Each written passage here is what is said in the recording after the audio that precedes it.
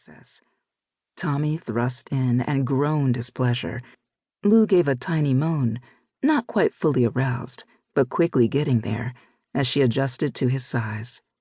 "Yeah, that feels really good, baby," she gasped, drawing him tight to her and catching his rhythm. Lou tipped her head back, enjoying the star-studded sky and the way Tommy catapulted her into a rush of desire. He was flexing his hips, surging desperately into her wet, willing body. His movements elicited ragged moans of bliss that spilled out of her mouth. They wished the euphoric feeling could last forever. Fat chance, the way Lou was winding her hips and clenching around Tommy's dick. "I love you, baby," he grunted against her cheek. "You love me? Oh shit, you feel good."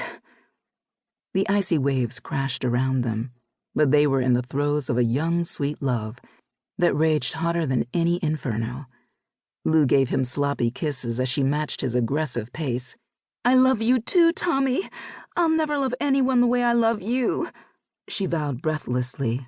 "It's only you. All we got, baby." "I'll only love you forever, Lou," he declared hoarsely as she climaxed, and he followed on her heels. No one made Tommy feel like she did.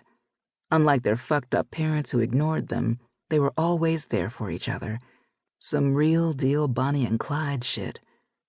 "It'll always be you and me, Lou. You're all I need." From the shore, the rest of their friends tried to ignore them.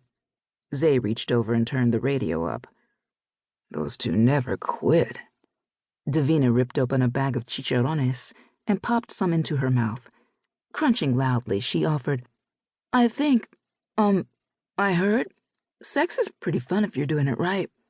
Anybody got any feedback on it?"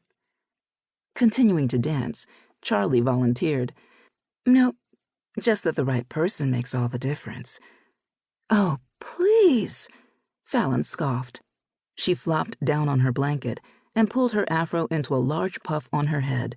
"You don't necessarily need a guy to have a good time.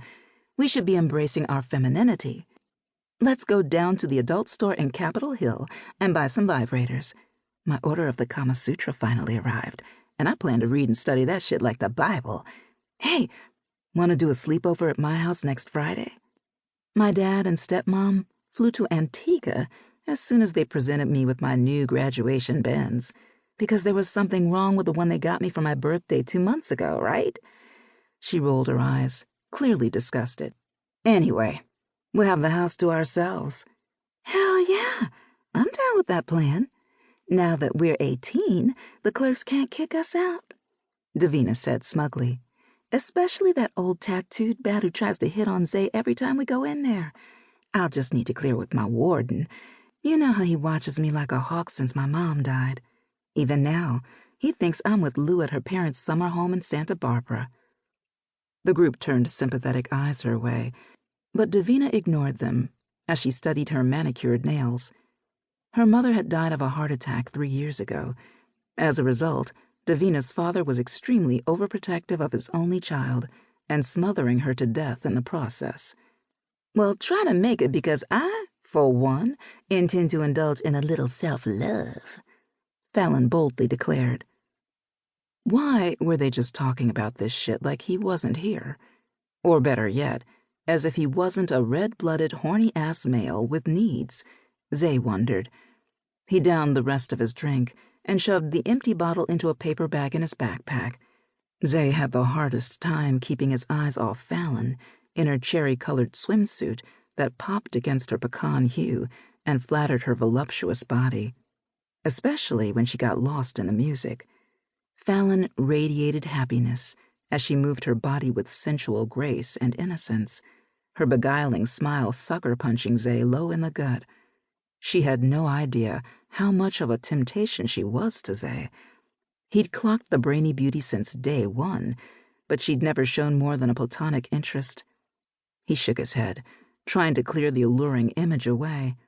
He needed to cool it with the fucking alcohol. He'd seen firsthand how it affected a person's life and ruined families. "Speaking of, I won't be escorting y'all anymore and acting as a diversion tactic. I'm pretty sure she marked our graduation on her calendar."